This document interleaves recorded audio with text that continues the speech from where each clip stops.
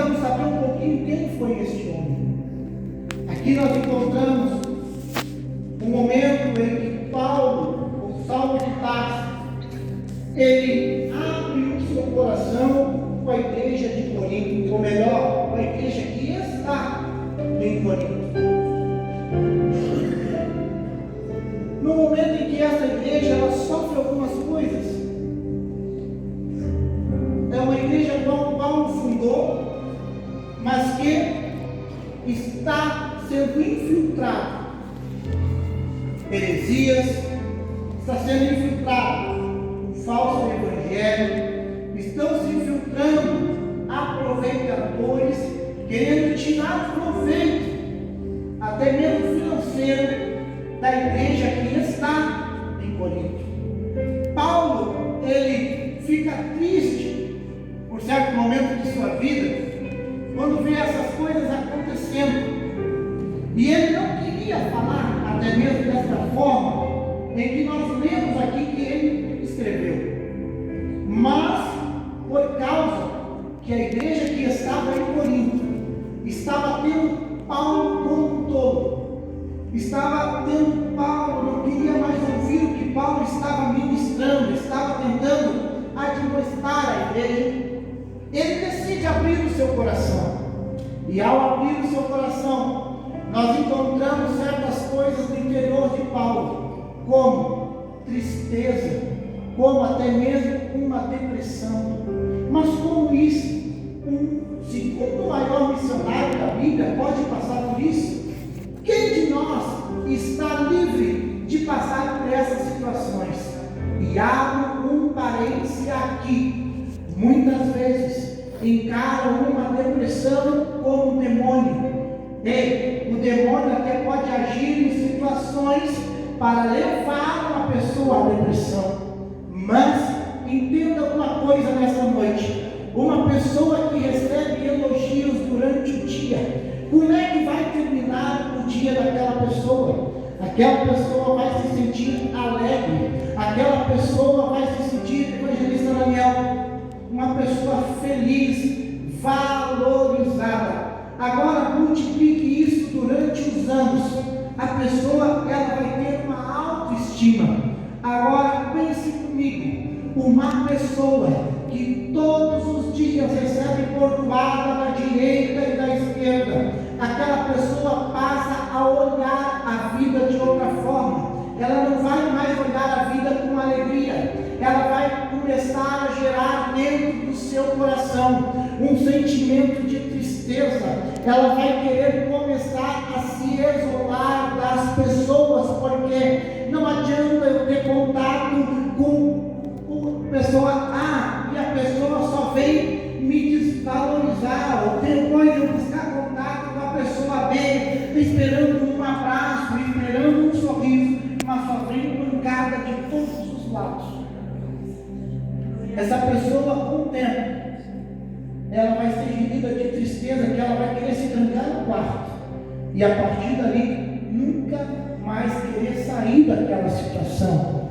Mas bem, aprove que Deus enviou um Cristo, que se entregou, para que tivéssemos a oportunidade de sair desta situação, pois a palavra diz que Ele levou sobre si todas as nossas enfermidades. Paulo, naquele momento, ele diz: eu não queria falar assim, mas já que vocês tocam no assunto, vocês me obrigam a falar dessa forma.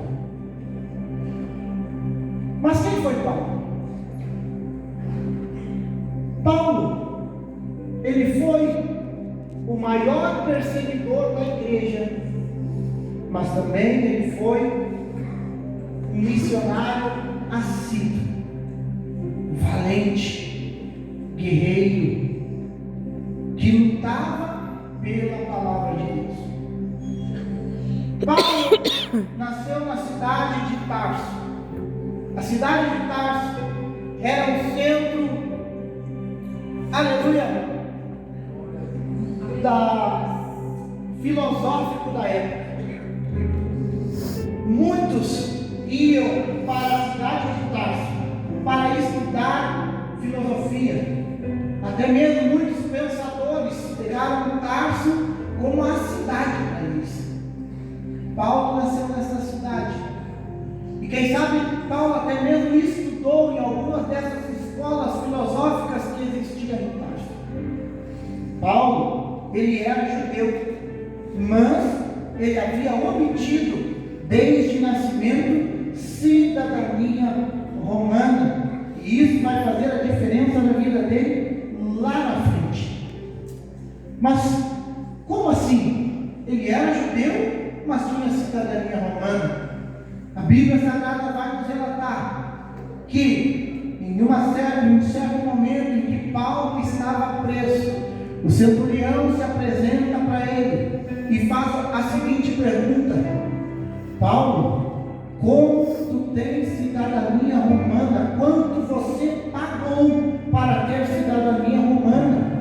Eu paguei um alto preço. Paulo responde da seguinte forma: eu não paguei nada. Eu tenho a cidadania romana desde o meu nascimento. Segundo alguns estudiosos, eles nos relatam que em 66 a.C., provavelmente o avô ou o pai de Paulo haviam lutado contra os piratas que estavam roubando as cargas dos romanos na região da Cilícia. Então, como recompensa, ou quem sabe uma forma de premiação, por eles ajudarem Roma, o imperador Nero, ele dá uma carta de cidadania romana aos judeus da região da Cilícia que ajudaram Roma. Dessa forma, quando Paulo nasceu, mesmo sendo judeu, ele tem como herança alcançada a cidadania romana. Paulo, ele não era uma pessoa simples, ele tinha um alto nível de QI, era uma pessoa muito inteligente, muito intelectual. Dessa forma, os seus pais observaram isso e disseram: vamos pegar o menino e vamos enviar para Jerusalém. Para o que, pregador? Para que ele venha aprender sobre a lei aos pés de um grande rabino chamado Gamaliel.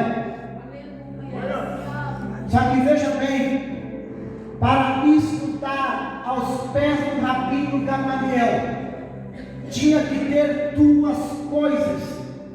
A primeira é que a família tinha que ter uma condição financeira para poder manter o alto valor estudantil, para que ela ficasse com o rabino aprendendo sobre as leis.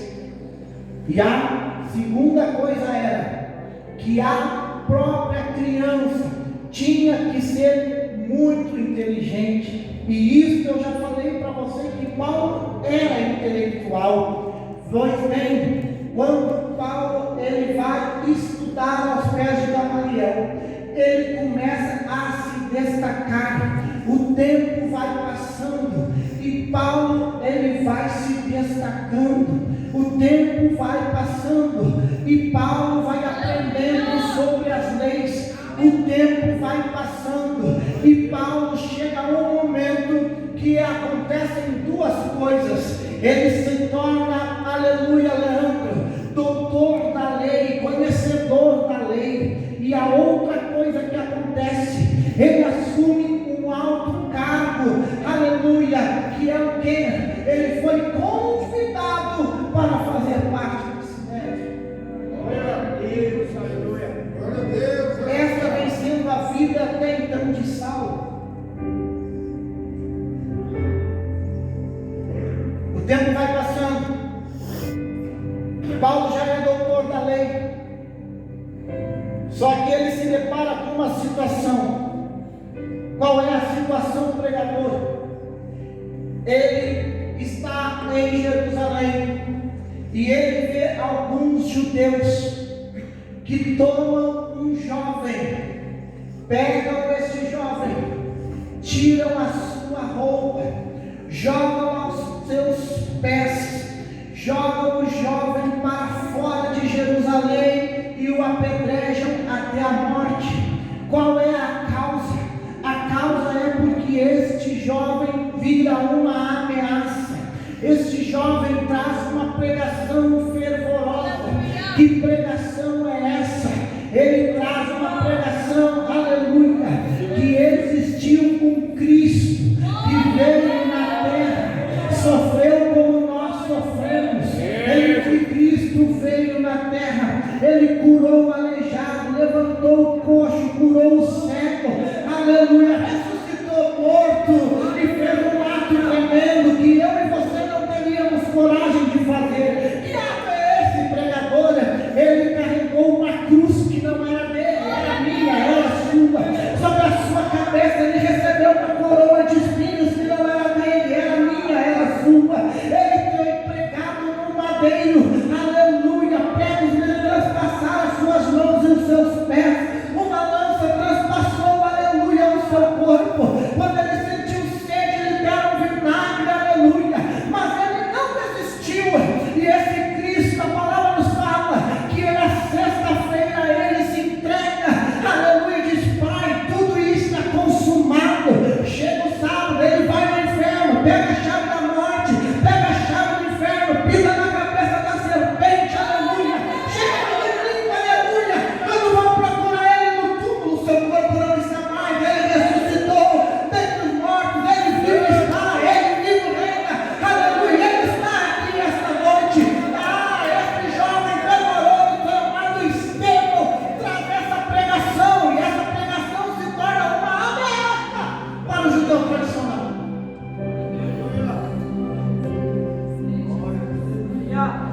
Aqui vem um detalhe importante. Aqueles judeus, eles matam Estevão apedrejado, mas quando Estevão olha para o céu, tem uma visão celestial. Ele era uma ameaça por trazer o Evangelho de Cristo. Paulo não atira uma pedra, mas Paulo, ele observa aquele ato. Agora, o fato mais interessante é que Paulo poderia interromper aquele ato, porque provavelmente o povo judeu não tinha autoridade de julgar e matar ninguém. A pessoa tinha que ser pega e levada a Roma, para que Roma julgasse. Agora me pergunte, Paulo era um doutor ele conhecia a lei. Ele sabia que aquilo ali estava errado, mas ele consentiu com aquele ato. Agora, aqui vem um ponto interessante.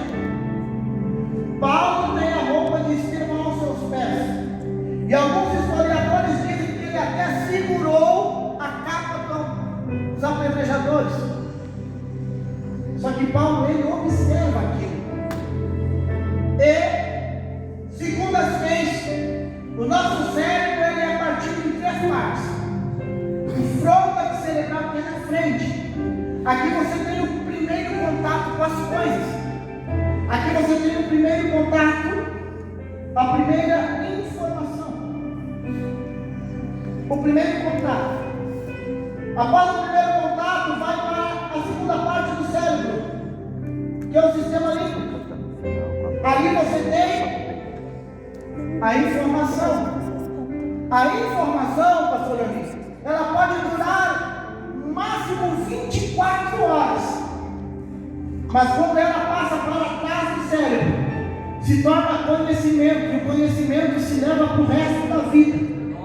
Naquele momento, Paulo não imaginava, mas aquele ato ia ficar para o resto da vida marcado na mente dele. Guarde isso, que logo mais você vai entender por quê.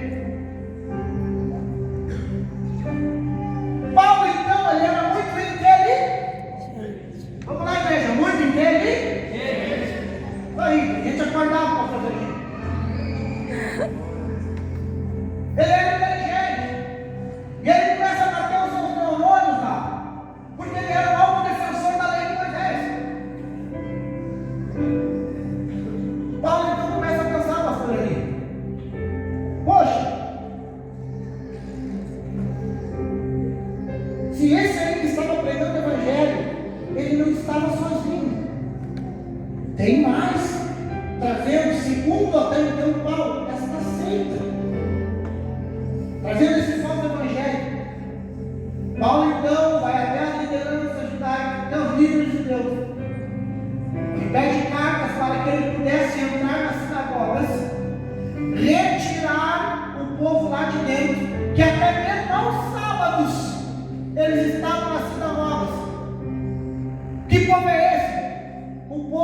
caminho. Sabemos que antigamente não existia o cristianismo que tem hoje.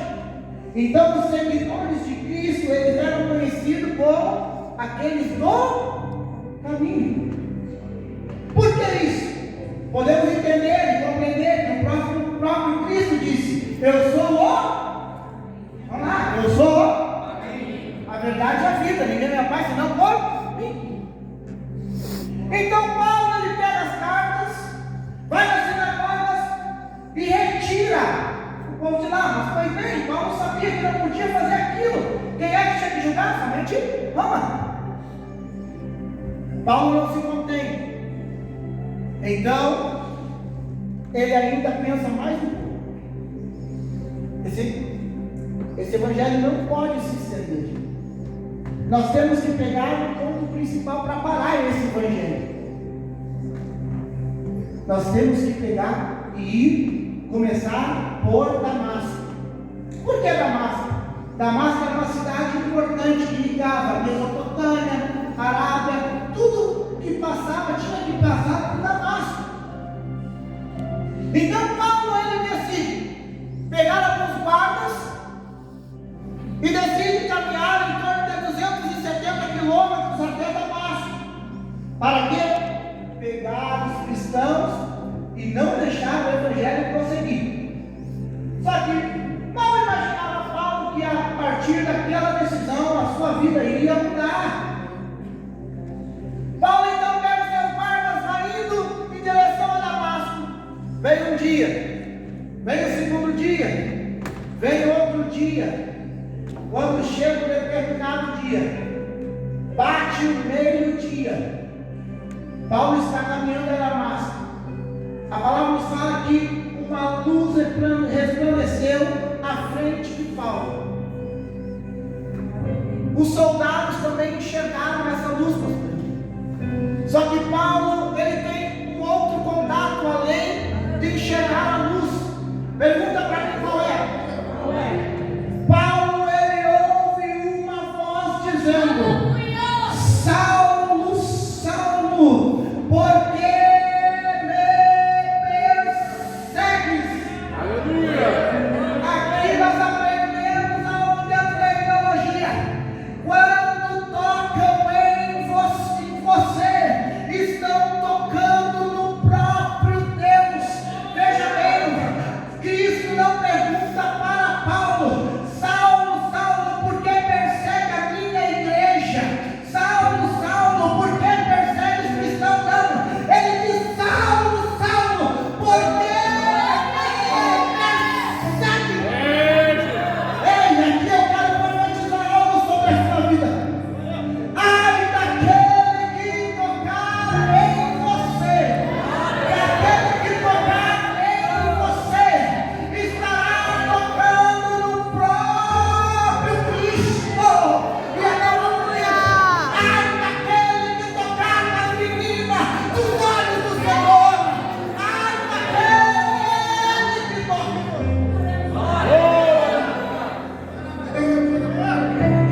Naquele momento, ninguém poderia imaginar, ninguém poderia pensar que a história de Saulo mudaria completamente. Ele estava indo para onde? Damasco. Fazer o quê? Perseguir o povo cristão. Mas ali ele ganha um encontro com Cristo. No meio do caminho, escamas caem sobre seus olhos, ele perde a visão. Eu não sei você, mas Deus marcou esta noite este culto da Imagem Veredas de Santa Maria na rua São Lucas. Ele marcou um encontro com você para mudar a situação da tua vida. Quem sabe você está dizendo: mas eu não persigo ninguém, eu não matei ninguém, eu não consenti com a morte de ninguém. Mas quem sabe você anda longe dos caminhos do Senhor. Quem sabe uma tristeza está invadindo o teu ser e você tenta buscar a presença dele.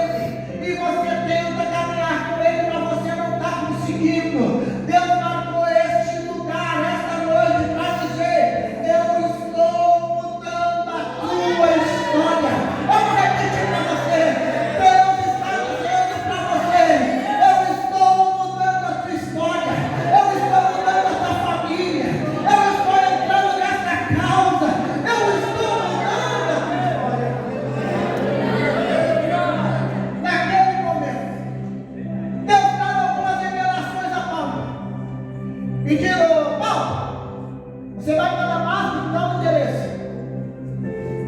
Aleluia! Paulo, que estava comandando o exército, agora ele tem que ser carregado pelo exército.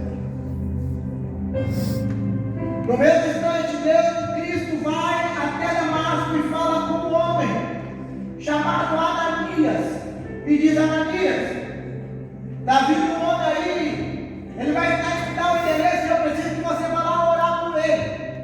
Ananias, servo de Deus, diz: beleza, senhor, vamos lá, estou aqui para fazer a obra. Só que foi um ponteiro, ele não sabia quem era. Quando Cristo diz: Ananias, sabe que é o seguinte, a pessoa que você vai ter que ir lá tem o nome de Saulo de Tarso. Opa! Aí não dá, Cristo. Saulo é perseguidor da igreja. Saulo persegue da igreja. E já há um comentário que ele tem cartas. E ele pode pegar os cristãos e levar até mesmo ao apedrejamento, até a morte. Aí vem Cristo e diz: não sabe de nada, né? Este homem é o meu servo, vaso valoroso. Aqui eu abro mais um parênteses e eu quero dizer: muitos podem não acreditar na sua mudança de vida. Muitos podem olhar para você e continuar dizendo: lá vai um ex-bêbado, lá vai um ex-drogado, não mudou nada, continua da mesma forma. Mas eu quero dizer para você que quando Deus muda, Ele muda por completo. Ele não olha mais o teu passado. Ele pega uma borracha, apaga o teu passado e diz assim: coloca um ponto final e coloca: eu vou começar a escrever uma nova história. Aleluia! Onde andava o ex-tempo, entra um pregador. Aonde andava um drogado, entra, aleluia, um adorador. Entra um evangelista, entra um missionário, entra um pastor, entra um adorador levando a palavra do Senhor Jesus Cristo. Eu não sei você, mas como Deus foi misericordioso comigo e com você, como que Deus foi maravilhoso comigo e com você. Ele nos levantou, nos guardou, estamos aqui respirando, enquanto muitos estão dentro de um leito de hospital, enquanto muitos estão em um leito de luto nessa noite, aleluia. Eu e você estamos aqui respirando, fazendo parte do corpo de Cristo. Cada um de nós somos um membrinho da igreja de Cristo, aleluia. Somos um membrinho do corpo de Cristo, e o corpo forma a igreja. Que igreja é essa? É a noiva linda, adornada, preparada, que vai morar no céu. Eu não sei você, mas eu quero ir para lá. Aleluia! Paulo, então, deixa eu pensar aqui. Paulo está lá no Damasco. Chega Ananias. Olha por Paulo. Paulo já não era mais pregador. Ananias se torna amigo de Paulo, se torna o mentor espiritual de Paulo, e é ele quem batiza Paulo no novo evangelho que Paulo conhece. Só que tem mais um detalhe: quando Paulo tem um encontro com Cristo, todas as convicções de Paulo que Paulo tinha sobre a lei cai por terra.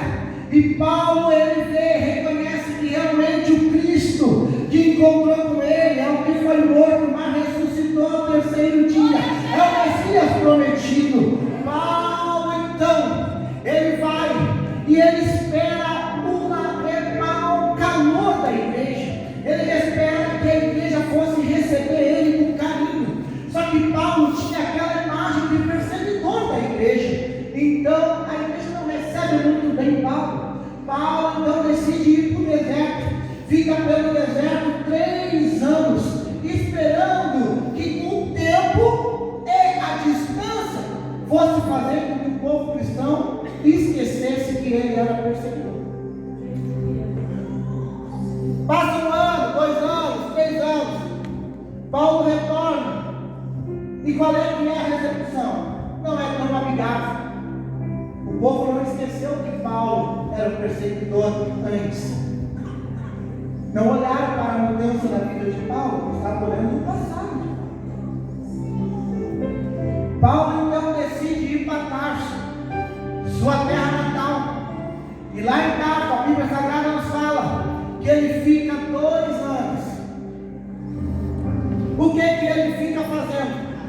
A Bíblia não nos fala, mas alguns historiadores imaginam que Paulo, como ele era fabricante de tendas, ele fazia tendas, e não tenha isso como algo errado, uma visão errônea. Na época, quem fazia tendas era a mesma coisa que com a mesmo respeito que um arquiteto tem hoje em dia. Então, supõe-se que Paulo ficou congregando, fazendo seu culto na sinagoga local de Tarso e fabricando tendas. Para quê? Para ajudar os necessitados. Paulo está lá há 2 anos. Corre aqui, Heber, vem cá.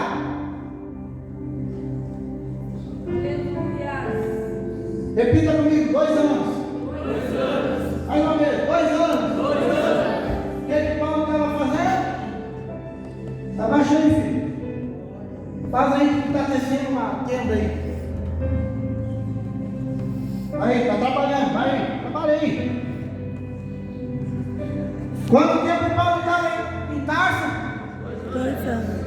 Quando de repente, vou conjecturar para você entender. Quando de repente ele sente uma mão batendo no seu ombro. Eu não sei você, mas eu estivesse sendo perseguido por amor a Cristo, porque Paulo estava perseguido pelos aqueles que antigamente andavam com ele, mas também Paulo estava sendo perseguido por alguns cristãos que não acreditavam na sua conversão. Eu não sei você, mas se fosse eu, meu coração parecia que ia sair pela boca. Mas quando de repente Paulo sente uma mão batendo sobre o seu ombro, e ele escuta: Paulo, irmão Paulo, paz seja convosco. Naquele momento, conjecturo eu. A Bíblia não fala, mas eu fico imaginando esse encontro. O coração de Paulo fica tranquilo, a respiração de Paulo se tranquiliza. Paulo vira, se põe em pé, e aí tem um homem junto a Paulo e diz assim: deixa eu te dar um abraço, irmão Paulo. Meu Deus! Convosco. Que homem é esse? Fica aí, filho. Esse homem se chama Barnabé. Quem era Barnabé? Barnabé era um servo de Cristo que pregava a palavra de Deus com autoridade. Naquele momento, aleluia, eu não sei você, mas existem no mínimo 4 pessoas que estavam acreditando em Paulo. Eu não sei você, mas existe no mínimo 4 pessoas que estão acreditando em você, em teu ministério. Aleluia. Paulo foi chamado para pregar o evangelho. Ia sofrer, mas foi chamado para pregar. Estava parado, estava quietinho, cuidando ali da vida dele. Mas de repente veio um que acredita. A primeira pessoa que estava acreditando em Paulo era o próprio Deus. A segunda pessoa que estava acreditando em Paulo era Jesus Cristo. A terceira pessoa que estava acreditando em Paulo era o Espírito Santo. E a quarta pessoa que acreditou em Paulo foi Barnabé. Porque eu não sei você, porque quando Barnabé vai atrás de Paulo, ele não vai só para ir visitar Paulo. Não. Ele chega em Paulo e já faz um convite. Paulo, o negócio é o seguinte: eu estou fazendo a obra de Deus e eu preciso de um auxiliar missionário. Vamos comigo? Vamos comigo? Bora. Tá, mas a tenda? Vamos deixar ele, vamos embora. Tá, mas a adoração na sinagoga? Vamos lá, é nossa. Vamos pregar? Então Barnabé e Paulo saem, aleluia, para fazer a obra do Senhor. E ali se inicia as viagens missionárias de Paulo, que são 3, diga-se de passagem. Só que ia ser tudo mais de maravilhas? Sim ou não? Claro que não. Paulo ele começa a pregar o evangelho. E nós lemos que Paulo falou o seguinte: sofreu perseguição, sofreu naufrágio. Paulo foi até mesmo para a prisão. Você lembra da passagem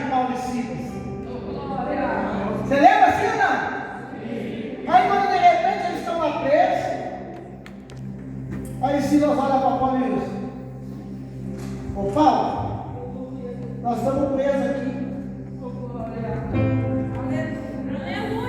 Paulo, nossos pés estão amarrados, nossas mãos estão amarradas, nós estamos condenados à morte. Mas há um Deus que pode nos livrar, há um Deus que vai resolver o problema. E a palavra fala que as cadeias se rompem.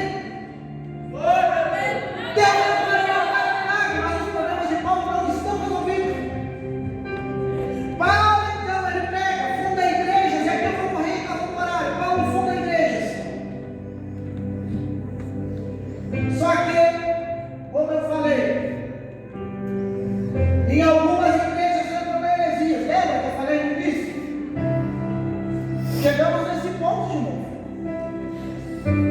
Há alguns falsos profetas, e isso entristece o coração de Paulo, porque Paulo vê que tudo aquele esforço que ele fez para a obra de Deus estava sendo invadido por falsos profetas. E aqui nós nos deparamos com o livro da carta aos Coríntios, da igreja que está em Corinto. E Paulo diz: vocês podem me ter por louco, mas escute o que eu quero falar.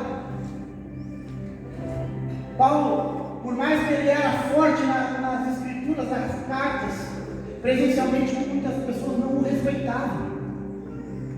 Sabia?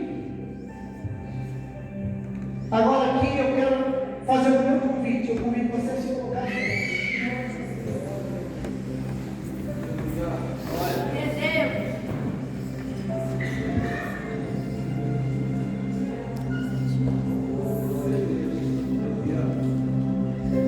Você lembra que eu falei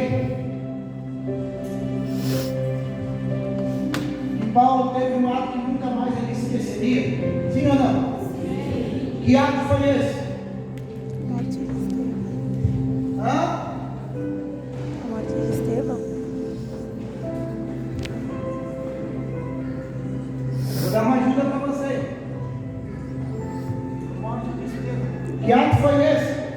Morte de Estevão. Nossa, que ato!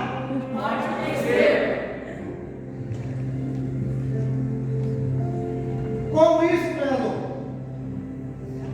Paulo vai nos relatar, capítulo de número 12, versículo de número 7, o seguinte: e para que não me soberbecesse com a grandeza das revelações, foi-me posto um espírito na carne, mensageiro de Satanás, para me esbofetear, a fim que não me exaltasse.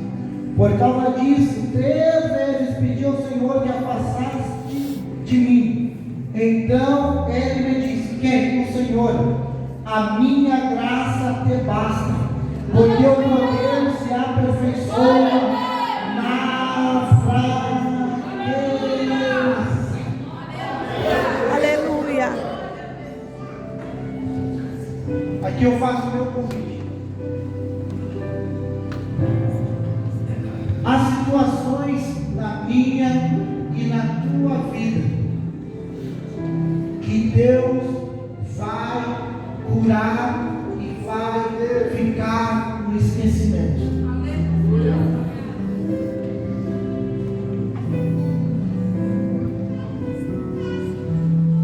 Deus vai entrar com a mão poderosa dele e vai curar. Nunca mais você vai lembrar.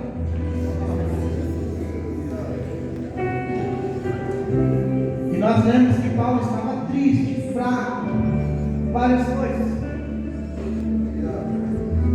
Muitas coisas dessas Paulo resumiu, mas muitas coisas ele esqueceu. Deus curou na vida de Paulo. Agora há muitas situações que Deus não vai curar. Nova! Sim. Há muitas situações que Deus não vai curar, mas que Deus vai nos dar força para suportarmos o resto de nossa vida. Eu não estou entendendo, pregador. Há situações que está marcada na tua história, que a tua mente não vai deixar você esquecer, mas há um Deus todo-poderoso, há um Deus Fica tranquilo que é na tua fraqueza que eu me aperfeiçoo. Fica tranquilo que é na tua fraqueza que o meu poder se aperfeiçoa. Fica tranquilo, Pedro, Paulo, João, Maria. Fica tranquilo porque a minha graça te basta. Ei, eu quero dizer para você que tem situações não, Deus não vai curar, mas Ele vai me dar todos os dias forças para você superar a dor e a luta, até a volta.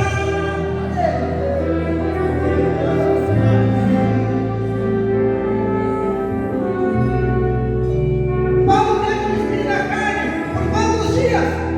Toda a vida. Quantos dias Paulo teve espinho na carne? Pro resto da sua vida. Foi travado nele, na alma dele, o espinho na carne. E eu acredito que uma das coisas que ficou gravado na memória de Paulo foi a morte de Estevão. Porque ele poderia ter impedido, mas ele não fez nada. Aqui eu quero fazer o meu primeiro convite essa noite nesse culto. Se tem alguém no nosso meio que ainda não aceitou a Cristo como seu Salvador, Ele está de braços abertos te esperando. Quem sabe ainda você não decidiu aceitar Jesus? Não estamos lhe oferecendo uma igreja, nós estamos lhe oferecendo um Cristo que se entregou pela tua vida. E Ele está dizendo: a partir de hoje eu quero que você ande comigo, porque eu quero andar com você. O meu segundo convite nesta noite é: se tem alguém que está se sentindo fraco e quer se aproximar de Cristo, como assim? Você quer voltar a orar como antes? Você quer voltar a jejuar como antes? Você quer voltar a louvar a Deus como antes? Você quer voltar a pregar a palavra de Deus como antes? Parece que está faltando algo ainda na sua vida. O Cristo está te esperando esta noite. O teu ministério não vai ficar da mesma forma, parado do jeito que está. Aleluia, os olhos de Paulo, o ministério dele estava parado, mas chegou um que acreditou, chamado Barnabé. Se você está se sentindo fraco nesta noite, eu te